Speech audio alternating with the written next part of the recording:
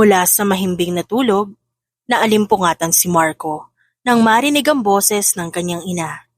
Marco, anak, gising! Bakas sa boses nito ang pagkataranta, kaya agad siyang bumangon.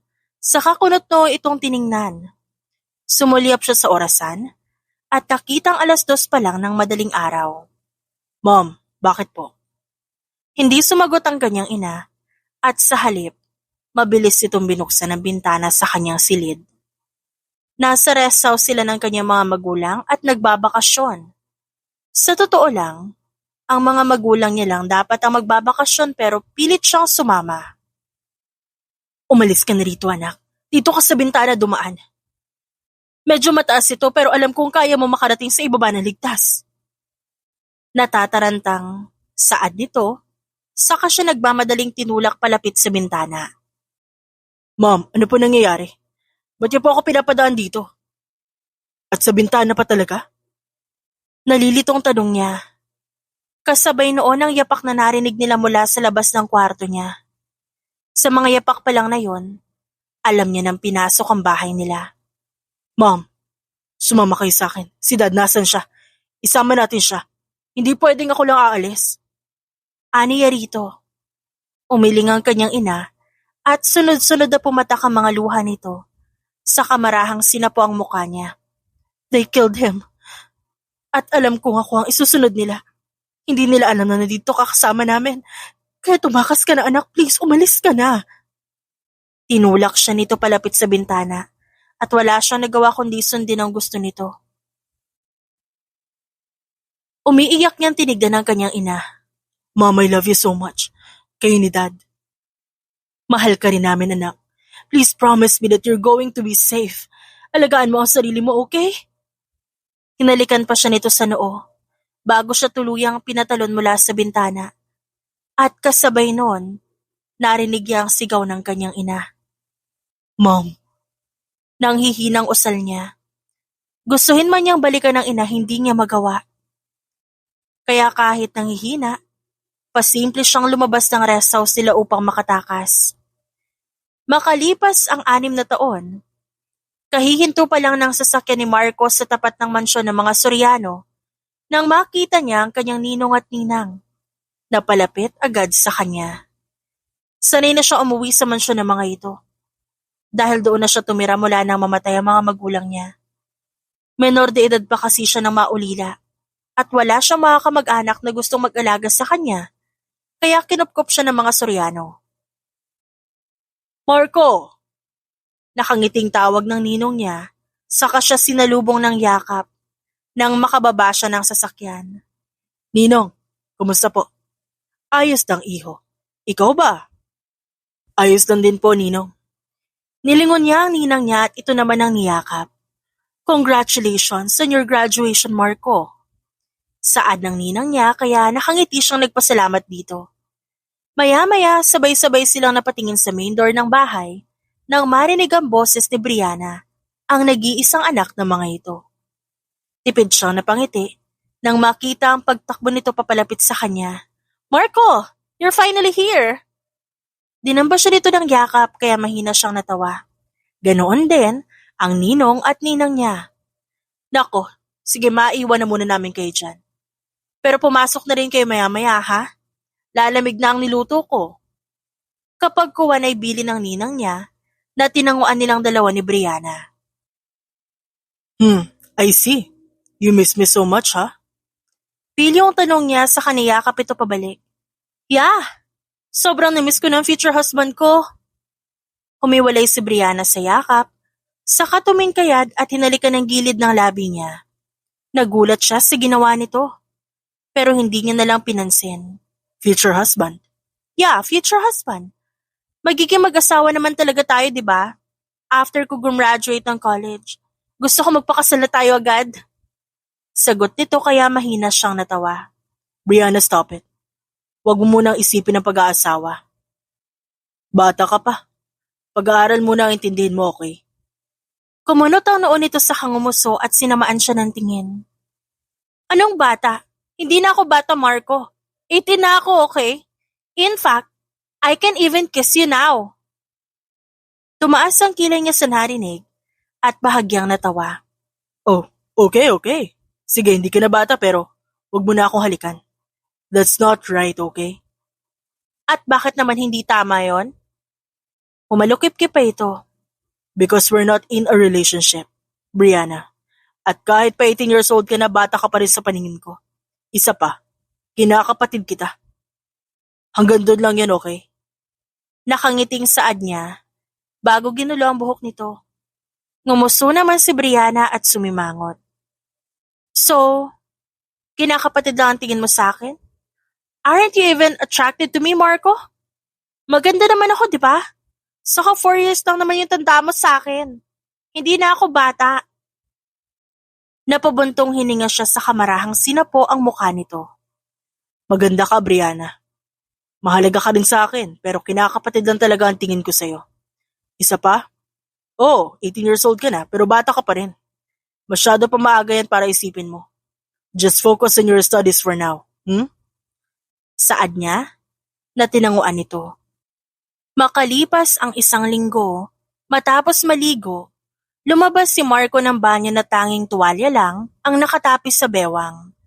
Kaya naman gano'n na lang ang gulat niya nang makita si Brianna na nakahiga sa kama niya at nakaroba lang. Brianna, what are you doing here?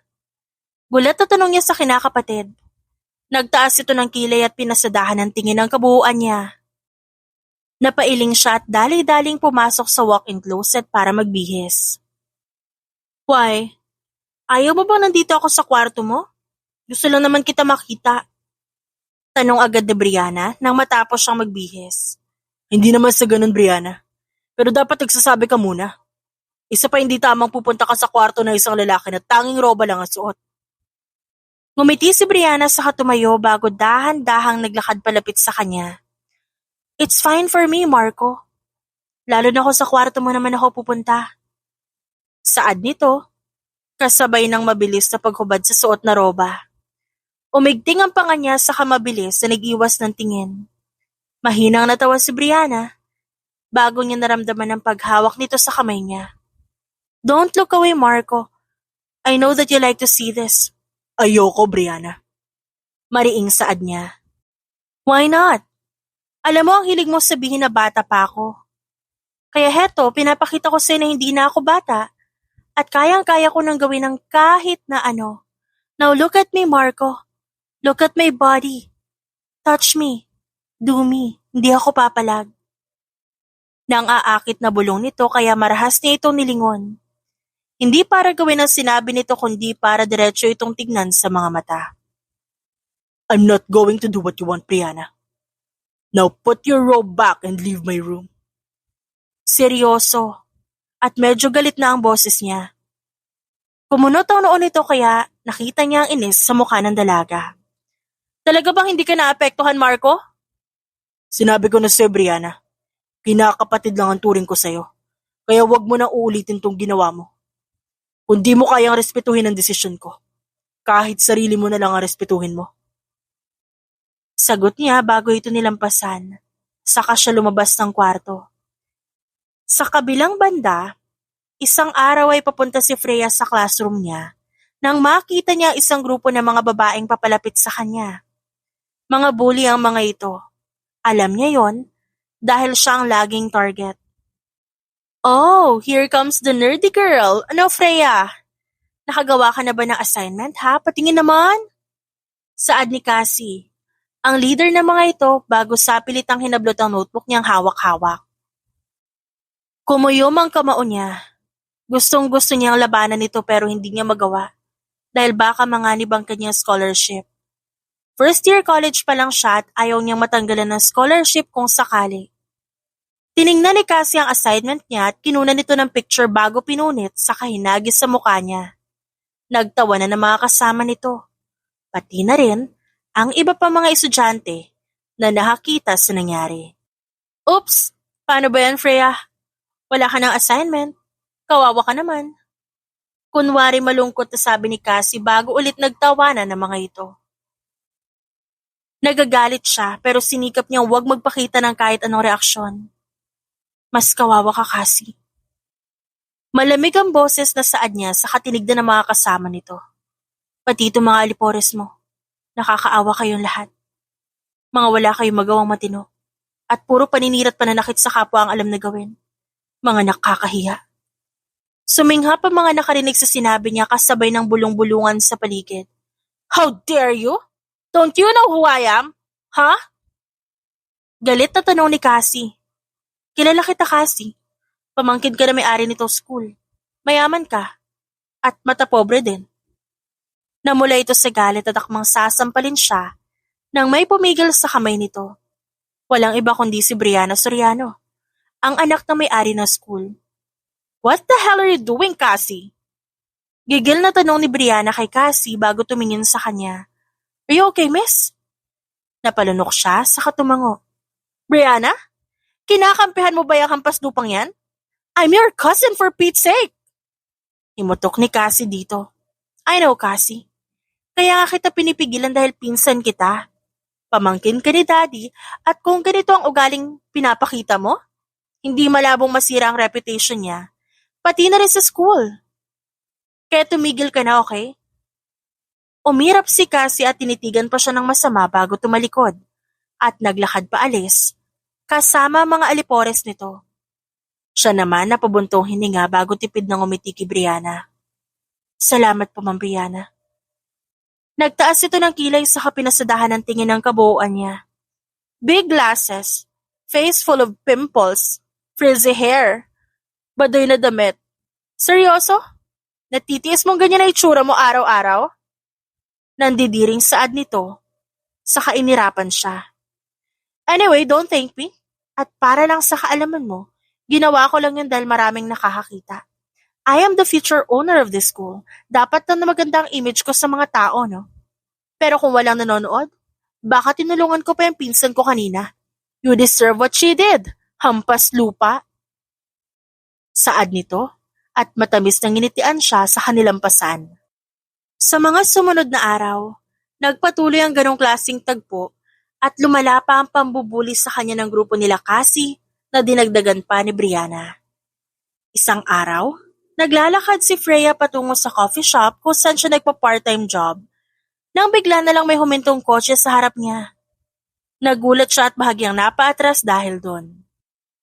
Lumabas ang driver at hinarap siya. Sorry miss, nasaktan ka ba? Umiling siya dito. Hindi naman po, nagulat lang. I'm sorry miss, may aso kasing bigla na lang tumawid. Hindi ko sinasadya. Sigurado ka bang di ka nasaktan? Ayos lang po talaga ako, sir.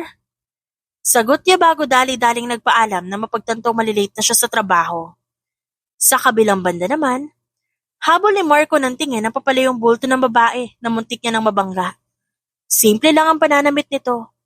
At kahit pa may tigyawat at malaking salamin ang suot nito, hindi niya maiwasang mapansin na maganda ang babae. I wonder what's her name? Tanong niya sa sarili bago tipid na napangiti. At sasakay na sanang muli sa sasakyan niya nang makita niya ang isang panyo na nasa kalsada. Mukhang pagmamay-ari yun ng babae at nahulog lang. Dinampot niya yon, binulsa, bago siya tuluyang sumakay ng kotse niya at umalis. Samantala, kinabukasan kalalabas ng ni Freya sa classroom nang makita niyang palapit sa kanya si Brianna. Bakas sa mukha nito ang labis na galit bago siya mariing hinawakan sa braso, saka hinila hanggang sa makarating sila sa rooftop ng school. Brianna, bitiwan mo nga ako. Ba't pa tayo dito? Ano ba ginawa ko sa'yo? Nagulat pa siya nang sinampal siya nito. Nagmamaang-maangan ka pa? Pagkatapos mo lapitan at landiin ang lalaking gusto ko? Kumunot ang kanyang noo sa sinabi nito. Ano ibig mong sabihin? Anong nilandi? Stop acting like you know nothing. Bang klase ka rin, no? Pangit ka na nga pero malakas pa rin ang loob mong lumandi. Malas mo lang. Dahil nagkamali ka ng lalaking napili. Mariin itong hinawakan ng braso niya. Alam mo, nung una trip ko lang na ibuli ka kagaya ng ginagawa ng pinsan ko eh. Pero ngayon may rason na ako. I will make your life a living hell, Freya. Hanggat nag-aaral ka sa school na to, hindi kita tatantanan. At kahit pa makagraduate ka, sisiguraduhin ko maghihirap ka. Galit na banta nito saka siya pabalyang binitiwan nito bago umalis. Sa paglipas ng mga araw, linggo, buwan at taon, hindi nga naging madali ang pag-aaral ni Freya. Tinutuo kasi ni Brianna ang banta nito sa kanya. Walang araw na hindi siya nito inapi. Hanggang sa tuluyan siyang makapagtapos at maswerte siya dahil nakapagtrabaho siya agad. Isang gabi, pumunta si Freya sa isang business party bilang representative ng boss at kumpanyang pinagtatrabahuhan niya. Tahimik siyang umiinom ng wine nang makita niya si Brianna kasama ang pinsan nitong si Cassie na papalapit sa kanya. "Well, I didn't expect to see you here, Freya." Nakangising saad ni Brianna. Saka pinasadahan ang tingin ng kabuuan niya. Isang pink na dress ang suot niya na bumagay sa maputi niyang kutis. "Where did you buy that dress, Sa ukay?" Natatawang tanong nito, bago sinabuyan ng wine ang suot niya. "Calm down, Brianna. Kawawa naman si Freya." Maya-maya saad ni Cassie sa pinsan bago nagtawanan ng mga ito. Tumaas ang kilay niya at napabuntong hininga. "Di pa rin kayo nagbabago, no? Mga wala pa rin kayong modo. Nakakahiya pa rin ang ginagawa niyo." Natigil ang magpinsan sa pagtatawanan at inis siyang tiningnan. "What did you say? Lumalaban ka na ngayon, ha?" Galit na tanong ni Brianna kaya ngumisi siya. "Oo, lumalaban na ako ngayon. Kaya lang naman ako hindi lumaban nun dahil iniingatan ko yung scholarship ko eh. Pero ngayong tapos na ako mag-aral, hindi na ako magdadalawang isip na lumaban sa inyo." Namula ang magpinsan at kitang-kita niya ang pagpipigil ng galit ng mga ito. "Oh, ba't kayo nagpipigil ng galit?" Nanunuyang tanong niya bago tumingin sa stage at nakitang nakatayo roon si Mr. Soriano, kasama ang iba pang negosyante. Muli niyang binalingan na magpinsan bago siyang umisi. Kasi nasa stage ang tatay mo?" Sabi niya kay Brianna bago siya humalukip-kip. Nakakahiya nga naman kung makikita ng lahat na bastos ang nag-iisang anak ni Mr. Soriano. Pati na rin ang pamangkin niya, di ba? Pero wala naman kayong hiya, di ba? Kaya dapat huwag kayo magpigil ng galit. Ipakita niyo sa lahat na nandito kung anong tunay niyong ugali. Panunuya niya bago pa simpleng binuhos ang wine niya sa dress ng mga ito. "Hindi pa ako tapos sa'yo, Freya." Gigil na bulong ni Brianna. "Gawin mo lahat ng gusto mo, Brianna. Hindi kita uurungan." Aniya sa kataas noong nilampasan ng mga ito. Makalipas ang isang linggo, matapos ang tagpong yon, hindi na nagulat si Freya nang sisantihin siya ng boss niya. "I'm so sorry, Freya. Ayoko man, pero kailangan kitang tanggalin. Hindi ko kayang tumanggi sa mga Soriano. Malaki ang utang na loob ko sa kanila." "Pero sir, maayos po ang trabaho ko." Kalmadong giit niya kahit pa gustong-gusto niyang magalit. Bumuntong hininga ang kanyang boss. Pasensya na talaga. Kumuyom ang kamao niya sa tumango na lamang bago umalis. Hindi yun ang huling beses na nangyari ang ganon. Dahil sa tuwing makakahanap siya ng bagong trabaho, isang linggo lang ang lilipas tatanggalin agad siya. At iisa lang ang taong may gawa nun. Walang iba kundi si Brianna. "Hi Freya, kumusta? May trabaho ka na ba?" Nakangising tanong ni Brianna sa kanya nang minsan makasalubong niya ito habang naghahanap siya ng trabaho. "Bakit, kakausapin mo na naman ang boss ko?" Balik tanong niya, dahilan ng pagsama ng tingin nito sa kanya at akmang sasampalin siya nang magsalita siya. "Sige, sampalin mo ako. Tignan natin kung ano mangyayari sa reputasyong pinaka-iniingatan mo, Brianna." Diniinan niya ang pagkakasabi ng pangalan nito. "Talaga matapang ka, no? Sige lang, Freya. Ipagpatuloy mo yung pagmamatapang mo. Sigurado naman akong kapag ang mga magulang ko ay nakaharap mo, titiklop ka." "Gosh, Brianna, 22 years old ka na tas umaasa ka pa rin sa parents mo? Grabe naman, sayabang mong yan." Nanunuyang tanong niya. Nakangiwing pinasadahan niya ang kabuuan nito bago niya ito iiling-iling na nilampasan. Isang araw, isa sa mga naging katrabaho niya nag-alok ng trabaho sa kanya. Sa abroad yon. At para makalayo kina Brianna, agad niya yung tinanggap. Hindi naging madali ang lahat habang nasa ibang bansa siya. Ngunit masaya siya dahil makalipas ang 7 taon, nagawa niyang magtagumpay.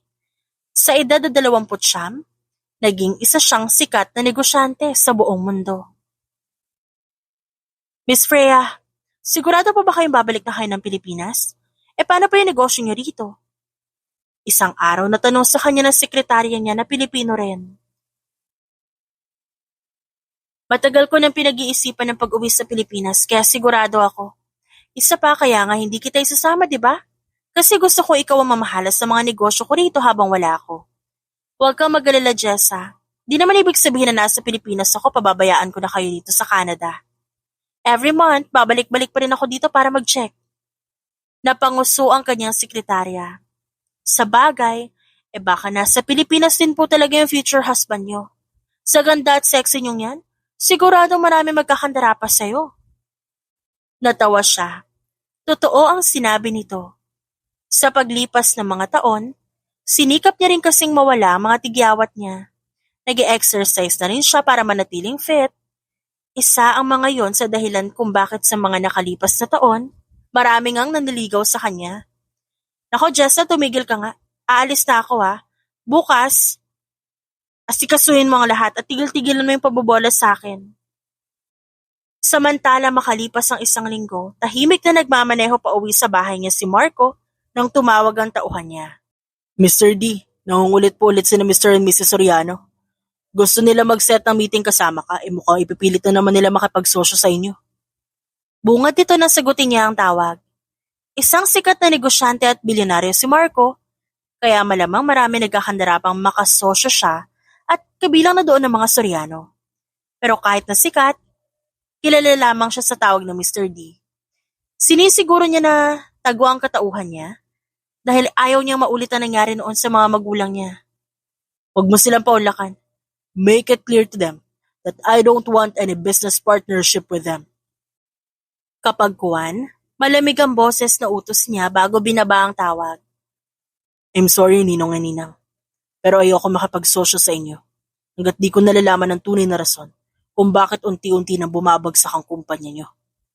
Bulong niya bago na pabuntong hininga. Maya-maya pa tuluyan siya nakarating sa bahay niya at nagulat na makitang nakatayo sa harap nun ng kinakapatid niya. Agad siyang bumaba ng kotse at nilapitan nito. Brianna, gabi na, anong ginagawa mo dito? Hindi sumagot ang babae at bagkus ay mabilis siya nitong niyakap.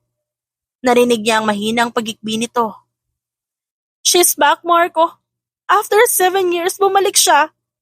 Sino? Umiwala ito sa yakap sa kamarahas na nagpunas ng luha. Si Freya Dominguez. Banggit nito sa pangalan ng isa sa mga sikat na negosyante sa buong mundo. Nalihim niyang hinahangaan. What about her? Marco, ayoko sa babaeng yon. She's the reason why I didn't have a good life in college. Inaapi niya ako noon, Marco.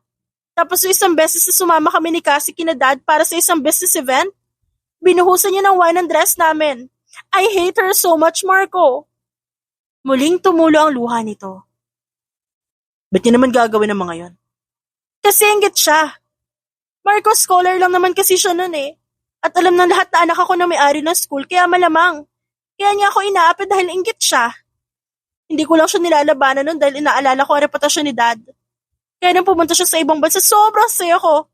Pero after 7 years, bumalik siya. Nandito na siya ulit ngayon sa Pilipinas. For sure, sasaktan niya na naman ako. Calm down, Brianna. Hindi ka niya sasaktan, okay? You'll protect me? Tanong nito na tinanguan niya. Kahit kasi nagkakaroon ng bahagyang lamat ang relasyon nila noon, dahil sa paghuhubad nito sa harapan niya, hindi niya pa rin maitatanggi na mahalaga sa kanya si Brianna dahil kinakapatid niya ito. Sa kabilang banda, isang araw abala si Freya sa pagkausap sa mga empleyado niya nang bigla na lang bumukas ang pinto ng conference hall kung saan iniluwa noon ang babaeng labis niyang kinamumuhian. Walang iba kundi si Brianna Soriano. What the hell are you doing here? Hindi nito sinagot ang tanong niya bagkus naglakad ito palapit bago dinuro-duro siya. You? Bakit ka pa bumalik sa Pilipinas ha? Para ano? Para ipangalandakan sa akin na successful ka na? Para ipahiya ako? Nagbulong-bulungan ng mga empleyado niya, kaya napabuntong hininga siya bago mahinang natawa. Miss Soriano, hindi ako bumalik sa Pilipinas para sa'yo. Kasi wala naman ako mapapala kung pagtutuunan kita ng pansin. Saka isa pa, huwag kang mag-alala. Wala naman akong balak na ipahiya ka. Hindi naman ako mangmang para magsayang ng oras sa'yo. Bukod doon, hindi ko naman kailangan gumawa ng kahit ano para ipahiya ka eh. Dahil kung pagbabasehan lang ang ginagawa mo ngayon, makikita mo na ikaw mismo nagpapahiya sa sarili mo. How dare you say that to me?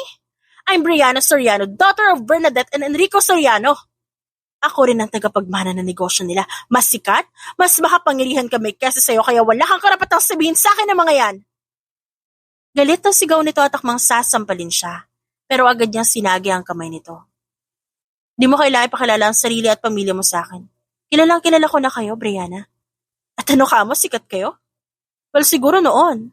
Oo, pero ngayon, ewan ko na lang. Sa pagkakaalam ko kasi pabagsak na yung negosyo niyo. Isa pa huwag mong iyayabang sa akin kung sino ka. Sobrang taas ng tingin mo sa sarili mo at pamilya mo. Basura pa rin ang tingin ko sa inyo. Lalong-lalo na sa'yo. Mariing saad niya, bago inutusan ng isa sa mga empleyado na tumawag ng guard. Palalagpasin ko ang panggugulo mo rito sa kumpanya ko ngayon, Soriano. Pero kapag inulit mo pa to, sisiguraduhin ko sa kulungan na ang bagsak mo. Dagdag pa niya kasabay ng pagpasok ng mga gwardya sa conference hall. Agad na hinawakan sa magkabilang braso si Brianna. Walang hiya ka, Freya! Hindi pa tayo tapos, I'll make sure that you'll regret what you did! Sigaw pa nito habang nagpupumiglas sa paghawak ng mga gwardya, pero ngumisilang siya at humalukip-kip. Nang tuluyang may alis na mga guard si Brianna, muli niyang hinarap ang mga empleyado niyang tahimik at nakayuko. Sorry about that. Pwede na kayong bumalik sa mga trabaho niyo. Malamig niyang saad bago nauna nang lumabas ng conference hall. Samantala, kinagabihan, nagluluto ng dinner niya si Marco nang marinig niyang may nag-doorbell. Pinatay niya ang kalan bago siya lumabas upang tignan kung sino ang dumating. Ano pong ginagawa niyo dito? Agad na tanong niya na makita ang pamilya Soriano na nasa labas ng gate ng bahay niya. Binuksan niya ang gate saka pinapasok ang mga ito. Ang ganda pala ng bahay mo, iho. Ilang taon ka na nga ulit nung pinagawa mo to? Sa halip ay tanong ng ninong niya habang naglalakad sila papasok ng main door. Nang makapasok, mabilis na umupo ang mga ito sa sofa na nasa sala. 25 years old po ako nang sinimulang gawin ang bahay. 27 naman po ako na matapos at lumipat ako dito. You're 34 years old now. Matagal-tagal na rin mula na lumipat ka. Hindi ka ba nalulungkot dito? How about a girlfriend or a wife? Wala kang balak mag-asawa? Mom, don't pressure Marco. Sige ka, baka mamaya hindi niya na ako pakasalan. Saad ni Brianna, kaya natawa ang mga magulang nito. Relax, anak. I know that Marco will not disappoint us. You're going to marry our daughter soon, right? Tipid siyang umiti bago umiling. No, Ninong. I won't marry Brianna. Mahalaga siya sa akin pero kinakapatid lang po talaga ang tingin ko sa kanya. Matapang na sagot niya. Ilang beses niya nang nasabi yon sa mga Soriano, pero mukhang hindi yun siniseryoso ng mga ito. Nakita niya ang pagbagsak ng balikat ni Brianna at pagtalim ng tingin sa kanya na mag-asawang Soriano. Are you serious, Marco? Maganda ang relasyon niyo ng anak ko. Sayang naman kung di niyo ipagpapatuloy yun sa pagiging mag-asawa. Maganda ang magiging lahi niyo kung sakali. Isa pa kung magpapakasal kayo, posibleng ikaw na rin ang mamahala sa mga kumpanya namin. Giit ng ninang niya na makabawi. Tama ang ninang mo, Marco. Kung pakakasalan mo ang anak namin, mararanasan mo kung paano magpatakbo ng kumpanya. At di mo na kailangan magtiis sa pagiging isang assistant lang. Napatango naman siya, kahit alam niyang iniinsulto siya ng kanyang ninong. Hindi alam ng mga ito na isa siyang bilyonaryo at marami siyang negosyo, kaya minsan pansin niya ang pangmamaliit ng mga ito sa kanya. Well anyways, hindi ka na namin pwedeng pilitin. Sa ngayon, pag-usapan na lang natin ang dahilan kung ba't kami nandito. Brianna anak, tell Marco what happened. Kinuwento ni Brianna na pinahiya at sinaktan siya ng sikat na negosyanteng si Freya Dominguez. Pinakita ni Brianna ang brasong may pasa, kaya kahit lihim niyang hinahangaan si Freya, agad siyang nakaramdam ng inis sa ginawa nito sa kinakapatid niya. She hurt me, Marco. Wala naman akong ginagawang masama sa kanya. You know me, Marco. Yes, I may be a spoiled brat sometimes, pero hindi naman ako masamang tao. I didn't deserve this. You see, Marco, sinaktan at pinahiya ng Freya na yun ang anak namin. Napakayabang niya. Hindi niya na inisip kung hindi dahil sa scholarship na binigay namin, hindi siya makakapagtapos. Grabe! Our daughter doesn't deserve to be treated like that. Kung gano'n na nangyari, ba't po sa akin kayo nagpunta? Maya-maya ay nagtatakang tanong niya. Kasi alam namin matutulungan mo kami. Marco, hindi naman sa sinusumbatan ka namin. Pero alam mo naman na kami ang kumupkup sa'yo mula na mamatay ang mga magulang mo, hindi ba? Opo, malaki ang utang na loob ko sa inyo dahil doon. Kung gano'n, sa tingin ko, panahon na para ikaw magbalik ng tulong sa amin. That Freya Dominguez is a trash. She doesn't deserve everything she have. Wala siyang karapatan na saktan at ipahiya ang anak namin. Now we want you to do is to break her apart. Pabagsakin mo siya, Marco. Saktan at ipahiya mo siya, kagaya ng ginawa niya sa anak namin. Are you serious, Ninong? Yes, Marco. Seryoso ako. Madali lang ang pinapagawa namin sa'yo. Kapag nagawa mo yan, bayad na ang utang na loob mo sa amin.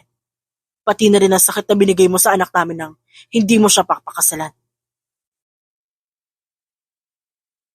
Sandali siyang napaisip sa sinabi ng ninong niya. Bago kalaunan, tumango at pumayag. Matapos ang tagpong iyon, agad na naghanap si Marco ng impormasyon tungkol kay Freya. Nalaman niya rin kauuwi lang nito mula Canada at kasalukuyang naghahanap ng personal assistant. Kaya naman agad niyang kinuha ang pagkakataong yun para mag-apply bilang personal assistant nito at agad naman siyang natanggap.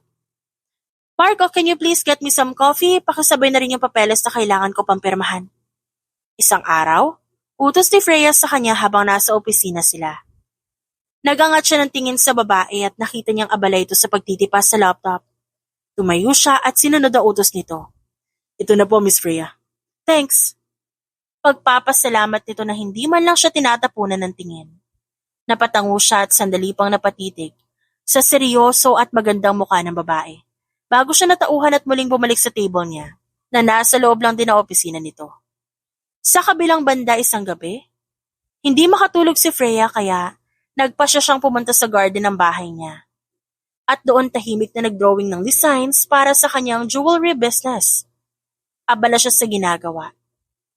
Nang umupo sa tabi niya si Marco. Sa bahay niya tumutuloy ang lalaki dahil marami itong ginagawa bilang personal assistant niya. Ang ganda naman yan, Miss Freya. Paano mo nagagawa yan? Tumigil siya sa pagguhit saka ito hinarap. Why are you here? Tinawag ba kita? Sa halip ay malamig na tanong niya rito. Nanlaki ang mata ni Marco bago ito umaktong nanginginig. Wow, grabe. Malamig na nga simoy ng hangin tas malamig pa ang boses mo, ma'am. Mukha ba ako nakikipagbiruan sa'yo? Umayos si Marco sa katumikim bago tipid ng umiti. Hindi po. Pasensya na po. Gusto lang sana kitang pangitiin. Mas bagay yun sa'yo, sigurado ako. Bumuntong hininga siya at umirap. Saka muling inabala ang sarili sa pagdodrawing. Hindi pinapansin si Marco kahit paramdam niyang paninitig nito sa kanya. You know what? Pumasok ka na sa loob. Wala ka namang gagawin dito, ininis mo lang ako sa mga titig mo eh. Kapag kuwanay saad niya nang hindi makatiis. Naiilang ka ba, madam? Mahina siyang suminghap at sinamaan ito ng tingin. First of all, Miss Freya ang itawag mo sa akin at hindi madam. Pangalawa, ba't naman ako may ilang sa'yo, Abel? Sino ka ba sa akala mo? Hindi sumagot si Marco. Nanatiling nakatingin lang sa kanya habang pinaglalaroan ng labi. Halata niyang nagpipigil ito ng ngiti. Para lang ipaalam ko sa'yo, Marco. Hindi pagkailangan tawag sa nararamdaman ko ngayon. Kung hindi inis. Naiinis ako sa ginagawa mong pagtitig.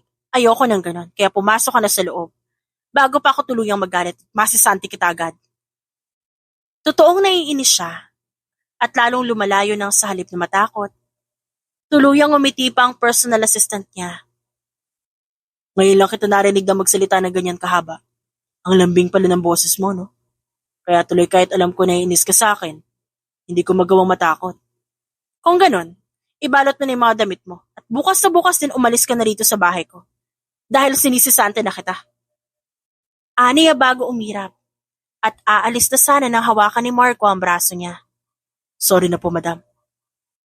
Miss Freya, mariing pagtatama niya. Ngumiti si Marco at agad tinaas ang dalawang kamay na parang sumusuko. Okay, Miss Freya. Sorry na po, di ko na uulitin. Hindi na kita iinisin.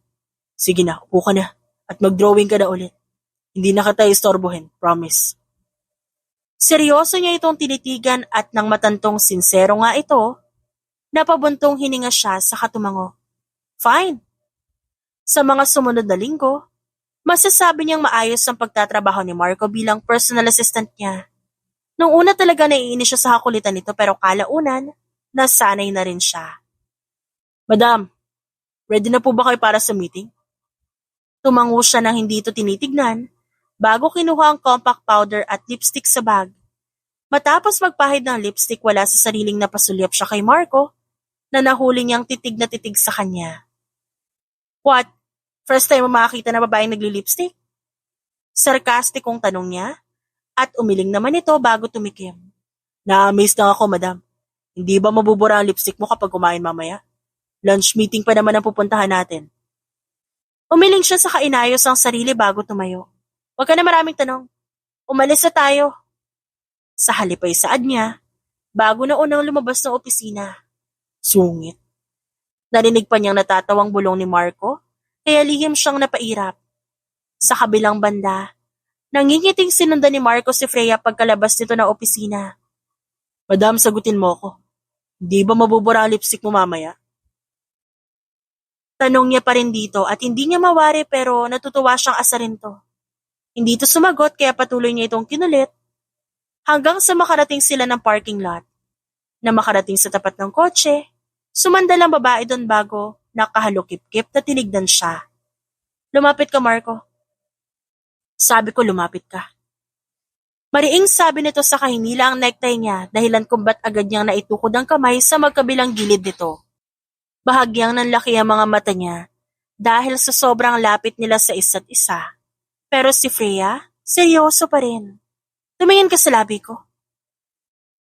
Ginawa niya ang sinabi nito at napalunok siya na makitang dinilaan at kinagat nito ang sariling labi. Ano? Nabura ba?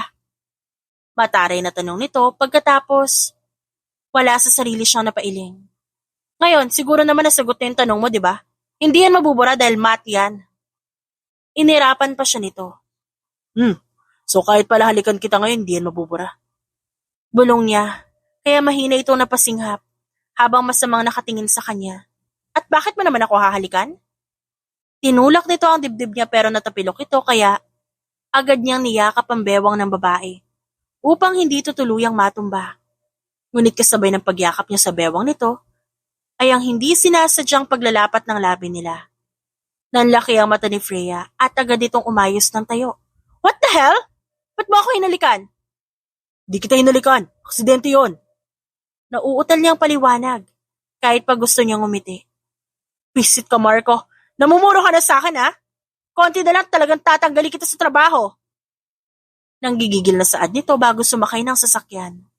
Sumakay din siya ng sasakyan at nilingon ito sa backseat. You know what? That accidental kiss proves something. Matte nga ang lipstick mo, madam. Aniya, saka mabilis na nagmaneho paalis. Lumipas pa ang ilang araw at nagpatuloy sa pagtatrabaho si Marco bilang personal assistant ni Freya. At aaminin niya, kahit pa hinahangaan niya noon pa man din si Freya, dahil magaling itong negosyante, ay talagang napipilitan lang siyang kausapin ito nung una. Tinatak niya sa isip niya na nilapitan niya lang ito para iganti si Brianna. Pero habang tumatagal, unti-unti niyang nakikilala si Freya. Oo, masungit ito, pero alam niyang mabuti itong tao. At sa paglipas pa ng mga araw at buwan na kasama niya ito, sa kanya napagtanto sa sarili na mahal niya na ang babae. Brianna, napatawag ka. Kukumustahin lang sana kita, Marco. Ano na bang progress ng pinapagawa namin sa'yo? Nauto mo na ba si Freya? Bakit hindi pa rin namin nababalitaan ang pagbagsak niya? Kumikilos ka ba talaga, ha? Isa pa, bakit hindi mo sinasagot ang tawag nila daddy sa'yo? Saad nito mula sa malambing hanggang sa pagalit na tono. Mariin siyang napapikit. Totoo yun. Mula nang mapagtanto niyang mahal niya si Freya. Lihim niya itinigil ang pinapagawa sa kanya ng mga Soriano. Kasabay nun, ang hindi niya pagsagot sa mga tawag ng mga ito. Ginawa niya yon dahil sa mga nagdaang araw. Pansin niya ang pagbabago ng mga Soriano. Mas naging agresibo ang mga ito sa pag-uutos na saktan at pabagsakin si Freya. I'm getting there, Brianna. Konti na lang mapapabagsak ko na siya. Don't worry. Pagsisinungaling niya, narinig niya ang boses ng ninong sa kabilang linya at maya-maya lang ito na ang kumausap sa kanya. Konti na lang. Niloloko mo ba kami, Marco? 3 buwan mo nang kasama at inuuto ang lintik na babaeng yan. Tapos hindi mo pa rin napapabagsak? Ang bagal-bagal mo. Alam mo, mabuti pa, patayin mo na lang yung babaeng yan na matapos ng lahat ng to. What the hell, Ninong? Are you seriously asking me to kill someone? Nahihibang na ba kayo? Hibang na kung hibang, Marco. Hindi lang sinaktan at pinahiya ng babaeng yan ng anak ko. Alam mo bang lagi kaming kinukumpara na ibang negosyante sa kanya? Lagi kami minamaliit dahil sa babaeng yan. Sagabal siya sa negosyo namin. Siya ang tinik sa buhay ng pamilya namin, Marco, kaya patayin mo na yan. No way. Kailanman hindi ako papatay ng tao. Mamili ka, Marco. Papatayin mo siya. O ako mismo ang papatay sa kanya sa harapan mo. I suggest you choose the first one, inaanak. Dahil hindi mo magugustuhan kung ako mismo ang gagawa ng bagay na inuutos ko sa'yo. Banta nito bago pinatay ang tawag. Siya naman ay galit na pinagsusuntok ang pader, bago agad na tinawagan ng private investigator niya upang paimbestigahan ng mga Soriano. Malaki ang utang na loob ko sa inyo, Ninong. Pero hindi ko hahayaang saktan niyo ang babaeng mahal ko. Magkakamatayan mo na tayo. Mariing bulong niya pagkatapos bago marahas na napahilamos sa sariling muka. Makalipas ang 1 linggo, hindi na mapigilan ni Marco ang mapangiti habang pinagmamasdan si Freya na abala sa pakikipaglaro sa mga bata. Nasa isang orphanage sila ngayon upang mamigay ng mga pamasko. At si Freya agad ang dinumog ng mga ito. Miss Freya, alam mo paano sumayaw? Rinig niyang tanong ng isang bata, kaya mahina siyang natawa habang pinagmamasdan ng mga ito. Medyo, bakit? Sayaw po tayo. Kantsaw ng mga bata. Ang isa tumakbo papalapit sa kanya at hinila siya para sumali. At anong sasayawin natin? Dapat yung maganda para hindi magsusungit si Madam. Saad niya sa mga bata kaya mahina siyang siniko ni Freya. May mga bata, Marco. Tumahimik ka. Ayoko makita nila kung paano kita sapakin. Ayos lang, masa pa. Nahalikan ko naman ang labi mo na may matte lipstick kanina. Pili yung saad niya. Tinutukoy ang aksidente namang paglalapat ng labi nila kanina. 2 beses na yun. Sinamaan siya nito ng tingin at pasimpleng kinurot na tinawanan niya lang. Oh, sayo na tayo, kids! Kapag kuha na yaya niya dito. Na game naman ng mga batang sumayaw kasabay nila ni Freya. Kinagabihan, pauwi na sila sa bahay nang bumuhos ang malakas na ulan. Nalaman din nilang bumigay ang tulay na kailangan nilang daanan, kaya nagpasya na lamang silang sa isang hotel na lang magpalipas ng gabi. Pasensya na po, ma'am, pero 1 kwarto na lang po talaga yung available ngayon. Marami po kasing guests dahil peak season ngayon. Saad ng receptionist. Bumuntong hininga si Freya at kinuha nito ang room. Yumuko siya at bumulong dito. Sigurado ka, madam? Pwede na ikaw lang sa kwarto at sasasakyan na lang ako. Hinarap naman siya nito. Sa tingin mo ba hahayaan kita matulog sa sasakyan? Ngayon napakalakas ng ulan. Ano ba akala mo sa akin, Marco? Walang puso? O hindi mataray ka lang. Pero alam ko malambot ang puso mo. Ang sweet mo nga sa mga bata sa orphanage kanina. At in fairness ilang buwan mo na akong personal assistant pero kanina lang kita nakitang umiti ng ganon. At para lang ipaalam ko sa'yo, sobrang ganda mo kapag nakangiti ka. Nakangiti at sinserong saad niya. Umirap si Freya pero pansin ang pamumula ng mukha nito. Uy, kinikilig ka ba, madam? Stop it, Marco. Baka magbago pa ang isip ko at sa sasakyan ka matulog ngayong gabi. Banta nito, kaya mas lalo siyang napangiti. Ngunit agad ding tumigil. Okay, hindi na. Iningusan siya ni Freya pero hindi nakatakas sa paningin niya ang tipid nitong ngiti. Kinabukasan, sobrang lakas pa rin ng ulan at baha na rin kaya nanatili pa rin sila sa hotel. Ang ganda-ganda mo talaga, madam. Hindi mapigilang saan niya habang pinagmamasan nitong seryosong nanonood. Magkatabi sila pero sa halip na ang movie ang panoorin niya, mas gusto niyang pagtuunan ng pansin ng babae. Shut up, Marco. Manood ka na nga lang. Umusog siya palapit dito. Nanonood naman ako. Ayoko nga lang sa movie na yan. Mas gusto kong panoorin ng babaeng mahal ko. Sa kabilang banda marahas na nilingon ni Freya si Marco dahil sa sinabi nito. Ano sabi mo? Mahal mo ko? Nakita niya ang paglunok ng lalaki bago ito dahan-dahang tumango. Mahal kita, madam. Hindi ko lang alam kung kailan nagsimula, pero mahal kita. Umawang ang labi niya sa narinig at ramdam niya ang malakas sa pagkabog ng puso niya. Aaminin niyang mataray siya kay Marco, pero hindi niya may tatangging unti-unti nang nahuhulog ang loob niya rito. Kaya ngayong nalaman niyang mahal siya nito, halo-halo ang nararamdaman niya. Alam kong mahirap paniwalaan.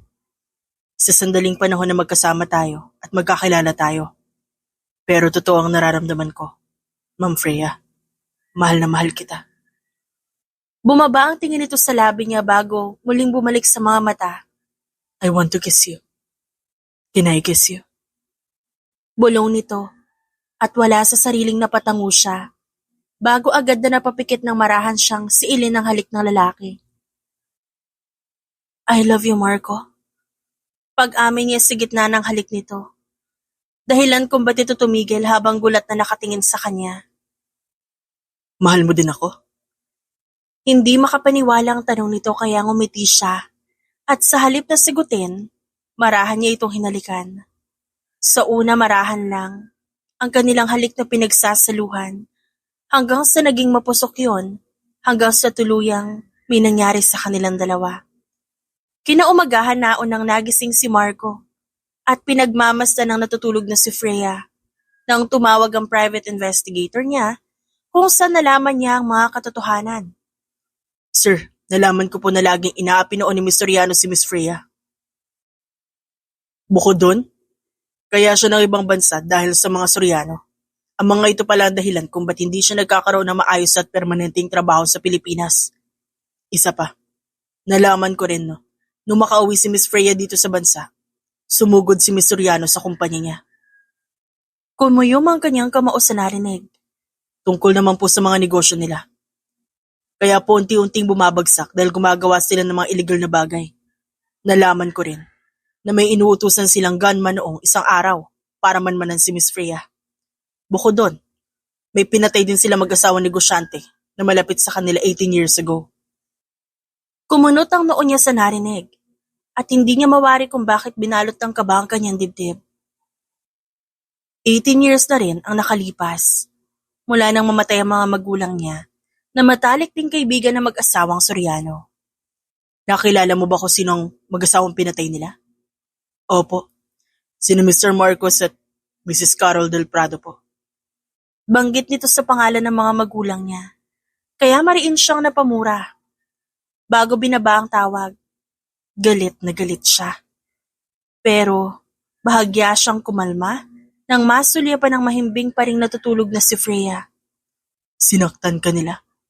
At alam ko masasaktan din kita kapag nalaman mong pumayag ako sa plano nila. Bulong niya na punong-puno ng pagsisisi at nakatingin dito. I'm so sorry for what I did, love. Alam ko magagalit ka sa akin at handa akong tanggapin yon. Pero hindi ko hahayaang hindi pagsisihan ng mga Soriano ang ginawa nila sa'yo at sa mga magulang ko. I will avenge you and my parents. I will make them pay. Sinisigurado ko yan. Gigil na dagdag niya bago marahang hinalikan sa noo ang babae.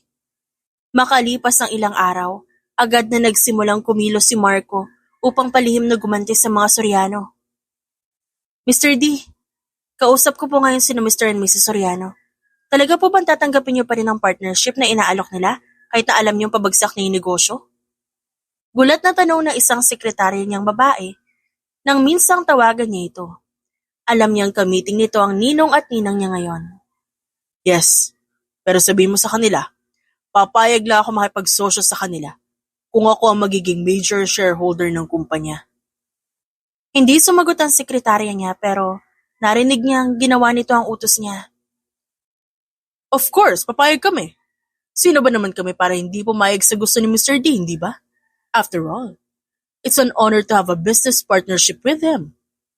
Rinig niyang saad nito sa kabilang linya, kaya tagumpay siyang napangisi sa kapinatayan tawag.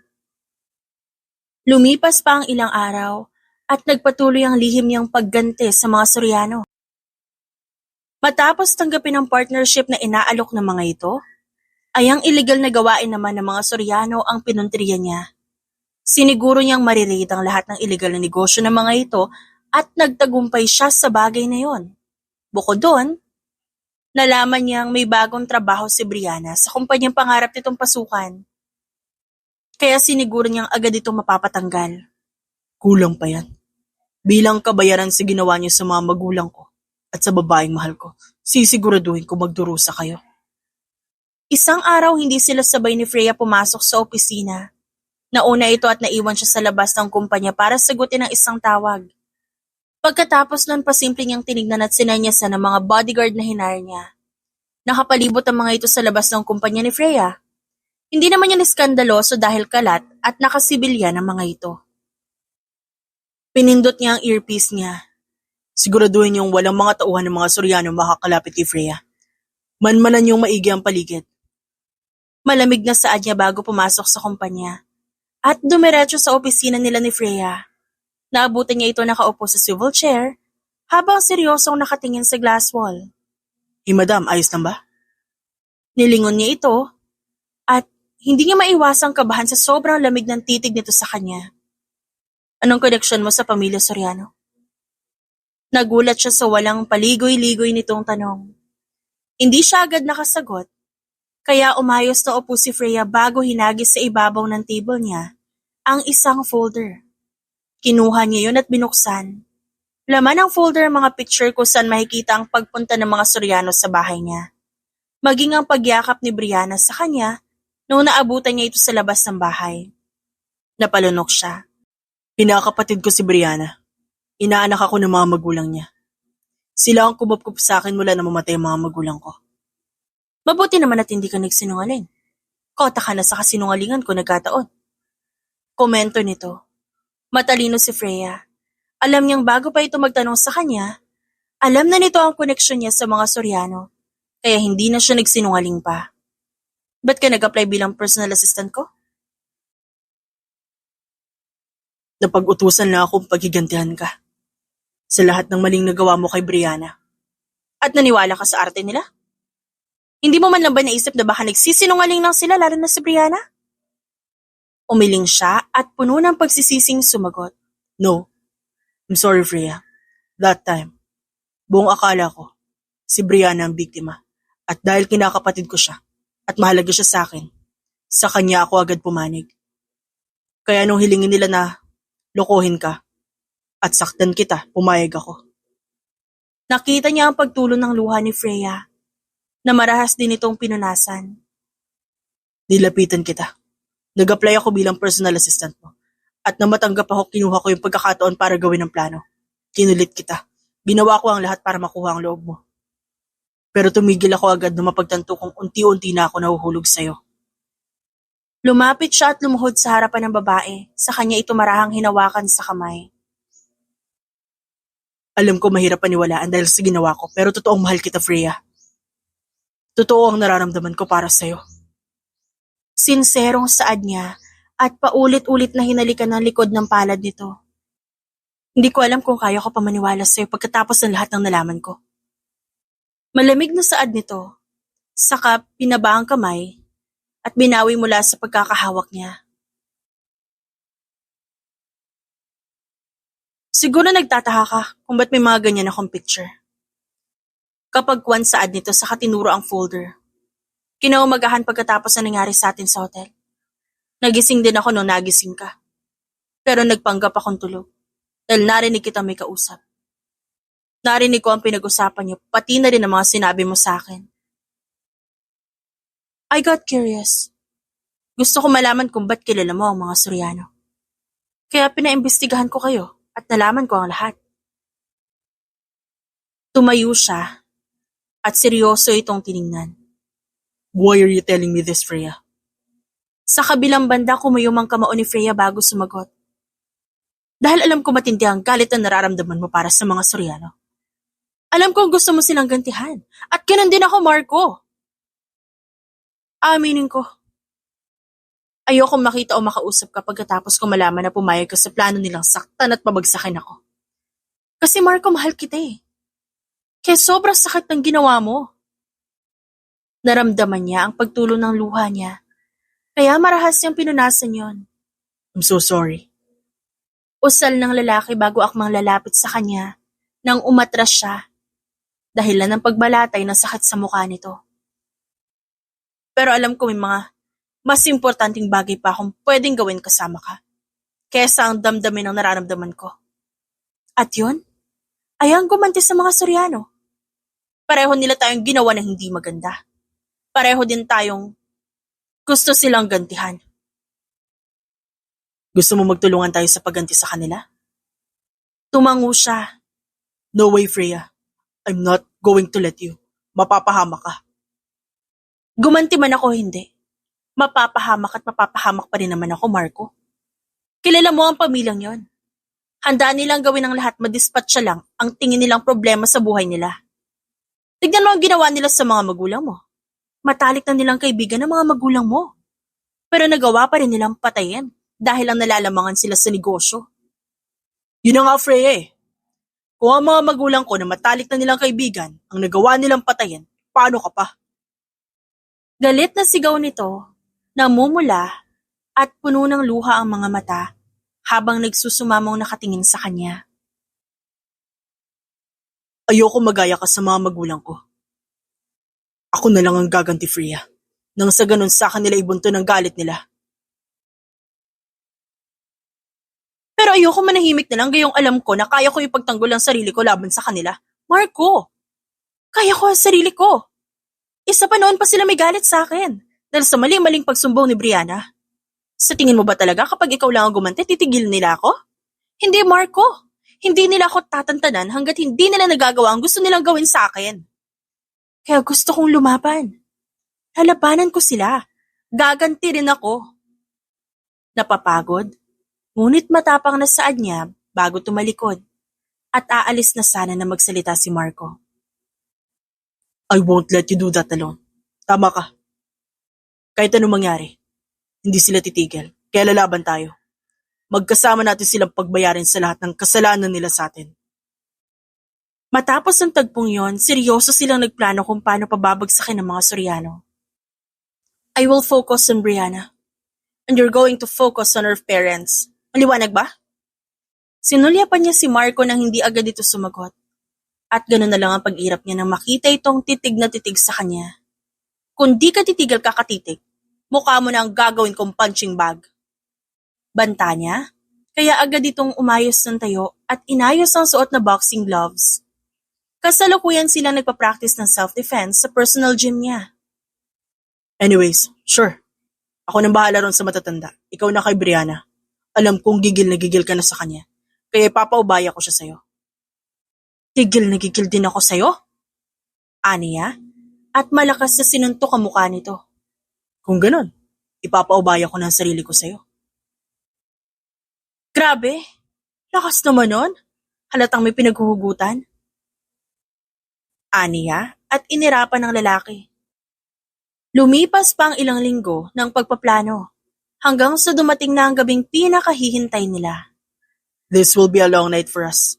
Ready ka na ba, madam? Of course, Mr. D. Alam niya nang si Marco ang sikat na bilyonaryong kilala sa tawag na Mr. D.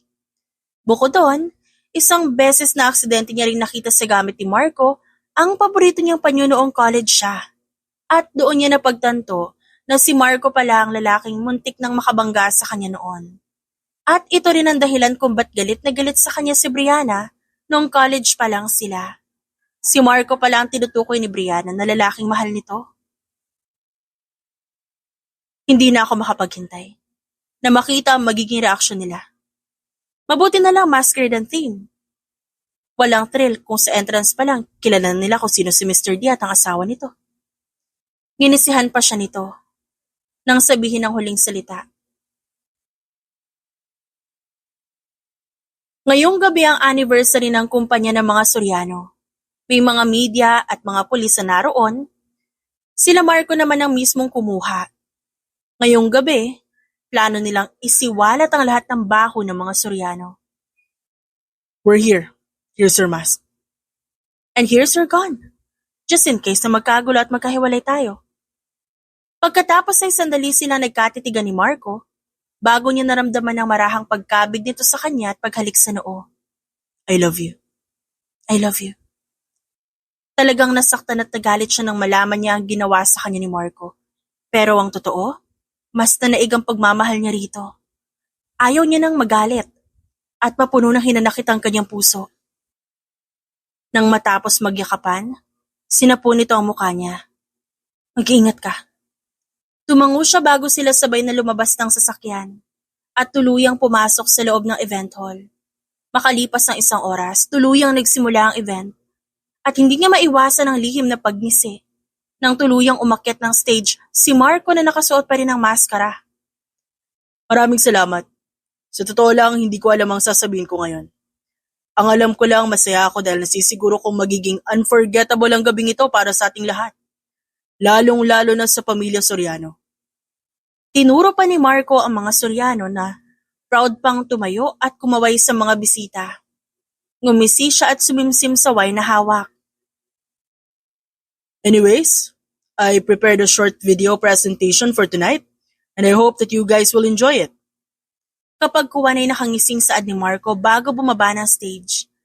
Laman ng video ang mga ebidensya ng iligal na gawain ng mga Soriano. Gaya na lang ng pagpatay sa mga magulang ni Marco, maging ang iba pa, pagbibenta ng iligal na droga, illegal trafficking, at kung ano-ano pa. Bukod doon nakapaloob din sa video ang ilang kuha ng CCTV footage ng pang-aapi sa kanya ni Brianna nung college pa lang sila. Pati na rin ang pagsugod dito sa kanya sa kumpanya at maging ang recording ng boses ng mga Soriano na inuutusan si Marco na patayin at pabagsakin siya. What the hell is happening? What is the meaning of this, Mr. D? Galit na tanong ni Mr. Soriano at naglakad palapit sa kinaroroonan nila kasama ang anak at asawa nito. Nagkatinginan sila ni Marco bago sabay nilang tinanggal ang maskara. It's Marco for you, Ninong. Anong ibig sabihin nito? Hysterical na tanong ni Mrs. Soriano. Ang ibig sabihin nito, katapusan niyo na. Nabulgar na ang tinatago niyong baho, Mrs. Soriano. At panahon na para pagbayaran niyo ang kasalanan niyo. Hi! Nice to see you again, Brianna. By the way, saan mo nabili dress mo? Sa ukay? Nang uuyam niyang tanong, ang sama mo! Tumaas tang ang kilay niya, saka sinulya pa ng mga pulis na papalapit na sa mga Soriano. Naramdaman niya ang pagpulupot ng braso ni Marco sa bewang niya, kaya sumandal siya sa dibdib nito bago binigyan ng aasar ng ngiti si Brianna, na ngayon ay pinopusasa na. Matapos ang tagpong yon, ramdam ni Freya ang paggaan ng kanyang pakiramdam. 1 taon ang lumipas, tuluyang naparusahan ng pamilya Soriano. Kasabay nun, ang pagkakaayos ng relasyon nila ni Marco hanggang sa tuluyan silang magpasyang magpakasal. Mahal na mahal nila ang isa't isa. By the power vested in me, I now pronounce you husband and wife. You may now kiss the bride. Marahang inangat ni Marco ang wedding veil, saka sinapo ang kanyang muka. Mahal na mahal kita, madam. At pinapangako kong gagawin ko ang lahat para sa'yo. Ikaw muna bago ako. Sinserong bulong nito bago siya masuyong siniil ng halik. Mahal na mahal din kita, Marco. Ikaw lang ang lalaking mamahalin ko hanggang sa huling sandali. I'll be a good wife and good mother to our future kids. I will not let you regret that you married me. Hindi ako magsisisi, madam. Matapos ang mahalagang pangyayaring yun sa buhay nila, ramdam ni Freya na lalo pang tumindi ang pagmamahal nila sa isa't isa. At lalo pa nang malaman nilang nagdadalang tao siya. Sino kayang kamukha niya sa atin? Napangiti siya sa katumagilid at sinapo ang mukha ng asawa. Kapag lalaki, sana ikaw ang kamukha. Kapag babae naman, sana ako. Gusto ko makita ng mini version nating dalawa, no? Pero sana, sa'yo siya magmana ng ugali. Gusto mo masungitin na magiging anak natin? Hindi naman. Pero gusto ko maging kasing bait at kasing tapang mo na rin. I love you so much, madam. Alam ko nagkapatawaran na tayo pero gusto ko pa rin humingi ng tawad sa naging kasalanan ko sa'yo. Hindi ako perpekto. Pero pinapangako kong gagawin ko ang lahat para hindi ka masaktan sa buhay natin bilang mag-asawa. I will protect, love and cherish you and our family no matter what happened. I promise. Nakangiting hinaplos niya ang pisngi ng asawa. Nasaktan ako nung nalaman kong pumayag ka sa plano ng mga Soriano. Pero alam ko na ipit ka lang. Mahalaga sa'yo si Brianna noon dahil kinakapatid mo siya. Bukod doon, mabuting tao ang pagkakakilala mo sa kanya kaya naiintindihan ko kung ba't pumayag ka sa gusto nila. Ang mahalaga sa akin tumigil ka nung nalaman mo ang katotohanan. Matagal na kita napatawad, Marco. Kaya sana mapatawad mo na rin ang sarili mo. You're such an amazing man, love. You're the only man who never fails to make me feel loved. Mahal na mahal kita, Marco. Ikaw lang at wala nang iba. Makalipas ang ilang taon, naging masaya ang pagsasama ni na Marco at Freya bilang mag-asawa. Hindi man perpekto ang kanilang relasyon, ngunit magkasama nilang ginagawa ng paraan para maayos ang mga alitan at problema sa pamilya. Isang rason upang mas maging matibay pa ang samahan nila na makakatulong, hindi lang sa kanilang dalawa, kundi pati na rin sa kanilang anak. Na habang buhay nilang mamahalin, aalagaan, at makakasama habang sila'y nabubuhay pa. The End.